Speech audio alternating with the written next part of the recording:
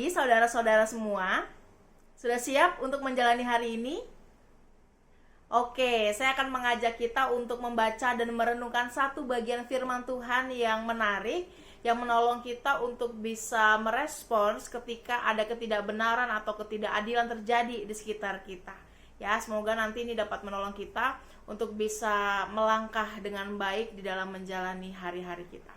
Sebelumnya, mari kita menyanyikan sebuah lagu dari NKB nomor 204, Di Dunia Yang Penuh Cemar.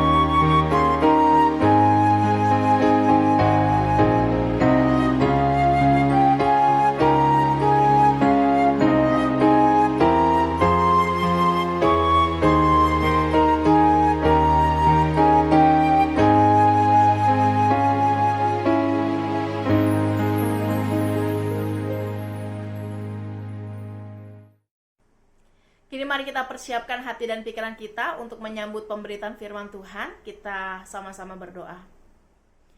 Ya Tuhan, kami mengucap syukur kalau Engkau menjaga kami semua dalam istirahat malam dan juga mengaruniakan kami hari untuk dijalani.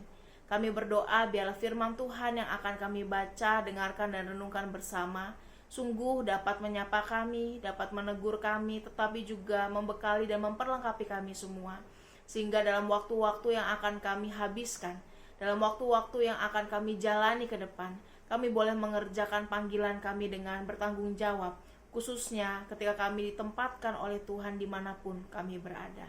Kami menyerahkan waktu ini ke dalam tangan-Mu. Dalam nama Tuhan Yesus kami berdoa dan mengucap syukur. Amin. Kini mari kita buka satu bagian Alkitab yang terambil dari Markus pasal 11. Kita akan baca Markus 11 ayat 15 sampai yang ke-19 ya. Markus 11 ayat 15 sampai 19. Saya akan bacakan bagi kita semua. Yesus menyucikan bait Allah. Lalu tibalah Yesus dan murid-muridnya di Yerusalem. Sesudah Yesus masuk ke bait Allah, mulailah ia mengusir orang-orang yang berjual beli di halaman bait Allah. Meja-meja penukar uang dan bangku-bangku pedagang merpati dibalikannya, dan ia tidak memperbolehkan orang membawa barang-barang melintasi halaman bait Allah. Lalu ia mengajar mereka, katanya, "Bukankah ada tertulis, rumahku akan disebut rumah doa bagi segala bangsa? Tetapi kamu ini telah menjadikannya sarang penyamun." Imam-imam kepala dan ahli-ahli Taurat mendengar tentang peristiwa itu, dan mereka berusaha untuk membinasakan dia, sebab mereka takut kepadanya, melihat seluruh orang banyak takjub akan pengajarannya. Menjelang malam, mereka keluar lagi dari kota. Demikianlah firman Tuhan. Saudara-saudara, hari ini kita membaca bagian Alkitab yang sangat-sangat menarik, ya. Biasanya orang akan menggunakan bagian Alkitab ini untuk cocokologi, nyocok-nyocokin dengan dua permasalahan. Yang pertama, orang Kristen itu boleh marah atau enggak? Maka orang akan pakai perikop ini untuk bilang boleh aja marah. Yesus aja tebalikin meja, kita juga boleh marah sebagai orang Kristen. Itu yang pertama. Dan yang kedua adalah boleh nggak dagang di gereja? Maka ada yang mengatakan jangan dagang di bait Allah. Lihat nih ayatnya, ya, saudara. Padahal ketika kita membaca perikop ini, isu yang ada di dalamnya tidak sesederhana mengenai boleh marah atau enggak, atau soal boleh dagang atau enggak. Karena perikop ini menunjukkan ada sebuah permasalahan yang mendasar yang pada akhirnya mengundang respons Yesus, ya. Jadi bukan soal boleh marah atau enggak, boleh dagang atau enggak, ada sesuatu yang jauh lebih besar, jauh lebih penting yang mendasari itu semua. Konteksnya kira-kira begitu, saudara. Nah, kita melihat bahwa dalam perikop kita, Yesus melakukan sebuah tindakan yang benar-benar powerful. Sesuatu yang mungkin kita tidak duga akan dilakukan oleh Yesus. Tetapi bagaimanapun itu, saudara, ini menjadi bentuk seruan hati yang terluka, ya. Karena apa? Yesus melihat ada hal yang gak beres terjadi di depan matanya. Yesus melihat ada ketidakadilan, ada kebobrokan terstruktur yang terjadi, dan bukan di tempat sembarangan, saudara. Terjadi di bait Allah. Oleh orang-orang yang juga tidak sembarangan, oleh orang-orang yang dalam tanda kutip punya akses untuk penyelenggaraan ibadah di bait Allah. Saudara, orang Israel itu setiap tahun akan datang ke bait Allah untuk merayakan hari besar. Dan dalam penyelenggaraan itu, saudara, maka mereka akan membawa korban, ya, membawa hewan untuk dikorbankan, dan juga akan memberikan persembahan. Tetapi nyatanya, saudara, tindakan yang menjadi ungkapan syukur umat kepada Allah ini justru dimainkan, dimonopoli untuk bisa jadi ladang basah yang memberikan keuntungan bagi orang-orang tertentu. Saudara, biasanya mereka pada waktu ini, saudara, pada waktu itu mereka akan menggelar meja-meja untuk melakukan penukaran uang, ya. Dan penukaran uang itu supaya bisa makin cuan, saudara, maka dicurangi, ya. Nggak hanya itu, pembelian hewan-hewan kurban di bait Allah juga nggak kalah curangnya, nggak kalah jahatnya. Karena biasanya mereka akan menaikkan harga, sehingga orang-orang yang datang untuk beribadah dan membeli di bait Allah itu akan kecekek. Karena apa? Harganya nggak main-main. Padahal kalau mereka membeli hewan kurban di luar Yerusalem, maka mereka akan mendapatkan harga yang lebih murah. Tetapi resikonya hewan-hewan itu akan diapkir atau tidak diterima karena oleh imam-imam, saudara, karena dianggap memiliki cacat-cacat tertentu yang tidak sesuai dengan ketentuan memberikan persembahan. Tetapi, saudara, sebenarnya ini menjadi permainan besar yang menghasilkan uang. Dan yang luar biasa adalah anggota-anggota keluarga imam besar juga memperoleh hak istimewa untuk memperdagangkan hewan-hewan kurban di bait Allah. Orang-orang yang melakukan ini, saudara, bukan orang yang nggak tahu, tetapi orang-orang yang dengan sengaja memanfaatkan umat yang mau beribadah. Oleh karena itu Yesus marah besar, dan ini sesuatu yang wajar, ya. Jadi marah itu bukan soal sekadar gini, saudara, saya marah, saya kecewa, ya saya sebel aja, bukan. Tetapi ketika marah, maka berpikirlah dengan bijaksana mengapa kita harus marah. Apa yang salah? Apa yang perlu diperbaiki? Sehingga marah tidak sekadar menjadi cara kita menyakiti orang lain atau mengungkapkan emosi dan berhenti sampai di situ.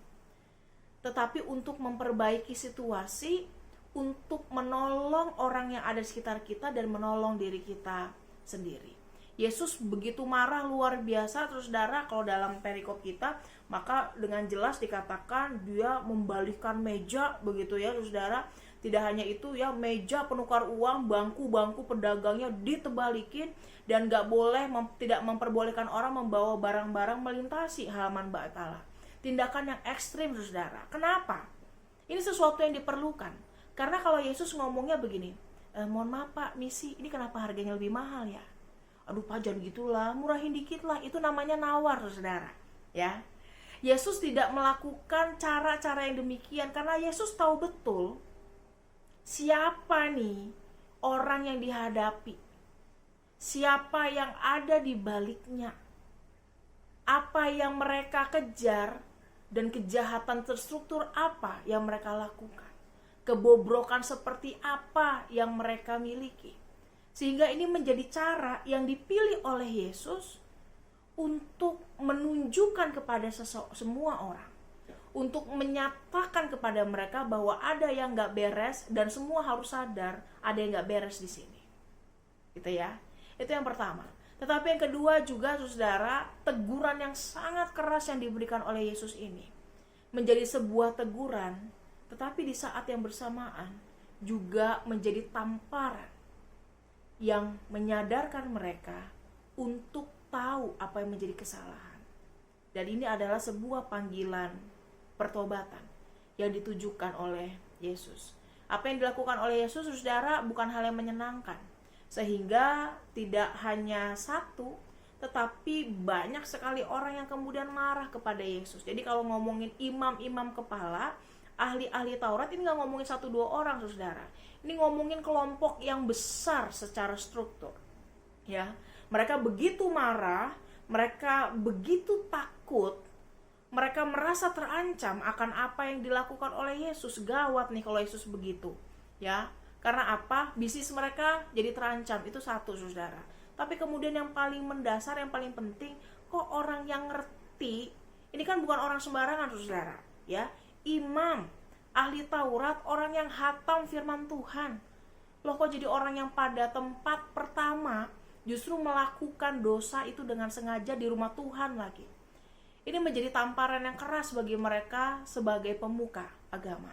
Oleh karena itu, saudara, mereka karena ketakutan, karena merasa terancam, justru membuat mereka tidak bisa melihat apa yang berusaha Yesus sampaikan di sini. Gitu ya. Ketika mereka ditegur, ketika mereka diingatkan, ketika mereka kemudian dinyatakan apa yang menjadi kesalahannya, karena kemarahan yang mereka miliki, saudara, mereka tidak bisa melihat maksud baik yang ada di balik teguran Yesus. Jadi boro-boro bertobat, makasih ya Yesus udah ngingetin kita, makasih ya Yesus udah nolong kita. Boro-boro, saudara, yang dilakukan adalah mereka bahkan berniat untuk membinasakan Yesus. Membinasakan Yesus ini berarti, saudara, metafora ini orang kita hancurin sekalian, ya. Kita istilahnya apa? Kita bawa dia dalam siksaan yang sangat berat. Dan secara bukan hanya metafora, tetapi dalam arti yang sebenarnya secara harfiah adalah mereka berniat untuk membunuh Yesus. Saudara, mengapa kemudian Yesus menjadi penting, ya, ketika mengatakan ini kepada mereka semua? Karena Yesus mau mengingatkan 2 hal yang sederhana. Yang pertama adalah bahwa rumah Tuhan harusnya menjadi rumah doa. Tidak hanya bagi 1-2 orang, tetapi bagi seluruh bangsa, yang memungkinkan mereka datang dari berbagai tempat untuk beribadah kepada Tuhan, di mana di dalamnya harusnya ada nilai-nilai kerajaan Allah yang juga dibagikan. Ada kebenaran, ada kebaikan, ada sukacita, ada kejujuran. Ya, itu harusnya ada. Dan yang kedua, saudara, ini yang pertama sebenarnya kemudian menyinggung ego mereka, karena mereka merasa ya orang Israel adalah umat pilihan Allah. Kok tiba-tiba Tuhan bilang ini rumah doa bagi seluruh bangsa? Karena Yesus mau mengatakan bahwa kasih yang Yesus miliki itu ya, bahwa karya Tuhan itu tidak hanya diperuntukkan untuk 1-2 kelompok. Tidak hanya diperuntukkan untuk orang Yahudi saja, untuk orang Kristen aja, tetapi untuk seluruh bangsa. Ya, karena kita tidak bisa membatasi karya yang Allah nyatakan di dalam kehidupan kita. Dan yang kedua, saudara, yang kemudian dikatakan adalah mereka telah menjadikan rumahnya, ya, rumah Allah, bait Allah ini sebagai sarang penyamun, dan mereka bertindak seperti seorang penjahat, ya, seperti orang yang tidak mengenal Tuhan.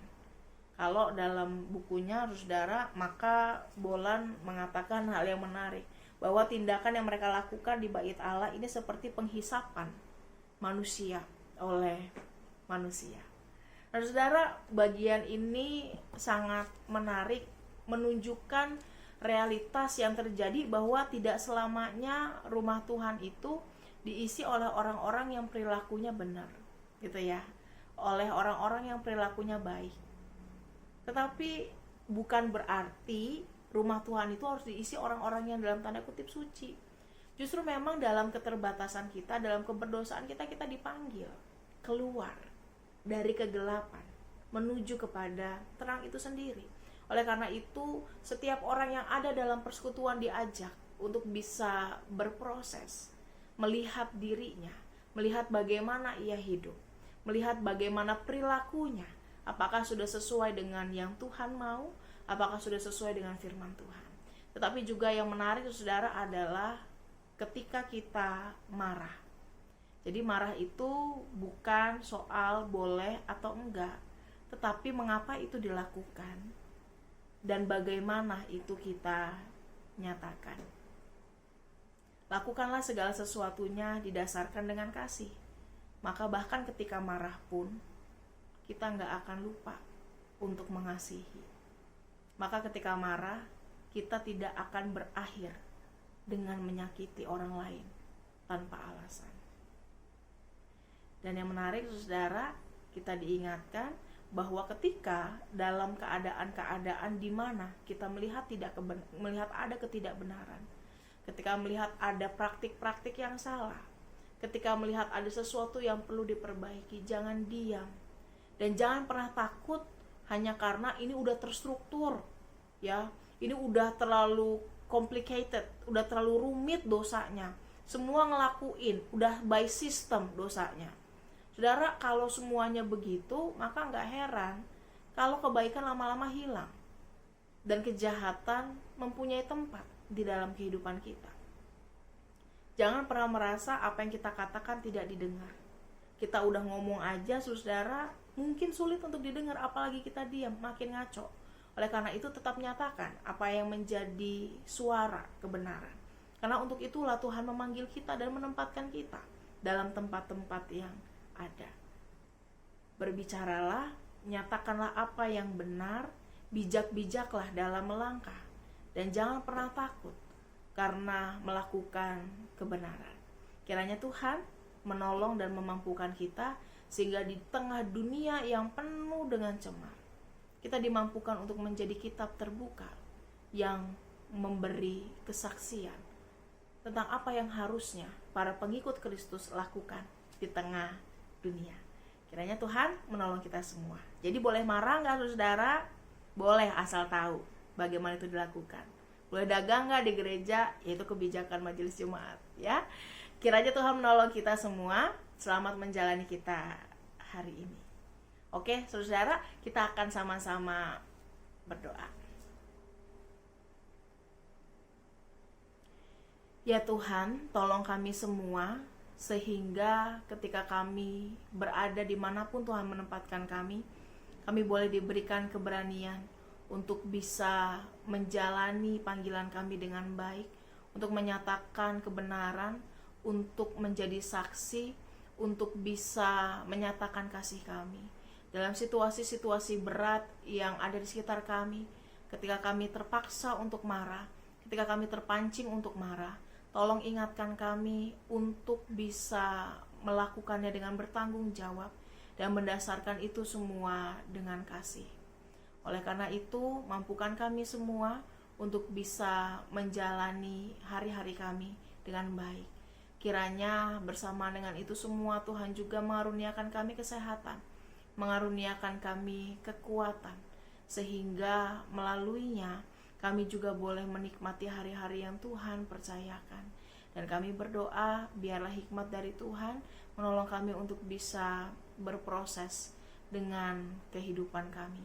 Kami menyerahkan setiap pergumulan kami, seluruh perencanaan yang kami miliki, apa yang menjadi kerinduan dan pergumulan kami.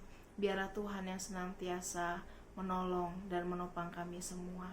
Kami menyerahkan juga untuk proses vaksinasi yang dilakukan dalam masa pandemi ini. Tuhan tolong agar segala sesuatunya boleh berjalan dengan baik. Ada banyak orang yang boleh mendapatkan kesempatan untuk bisa divaksin, dan di tengah kesimpang siuran yang ada, kami juga boleh menanti dengan sabar untuk menunggu bagian kami. Kami berdoa biarlah Tuhan mengaruniakan kebaikan, tidak hanya bagi kehidupan kami, tetapi juga bagi negeri ini, bagi seluruh dunia. Kami mengucap syukur ya Allah, di dalam nama Tuhan Yesus kami berdoa dan mengucap syukur. Amin. Selamat menjalani hari ini, Tuhan Yesus berkati. Bagi Bapak Ibu yang memiliki pergumulan khusus dan ingin didoakan, bisa menghubungi rekan-rekan pendeta di nomor berikut.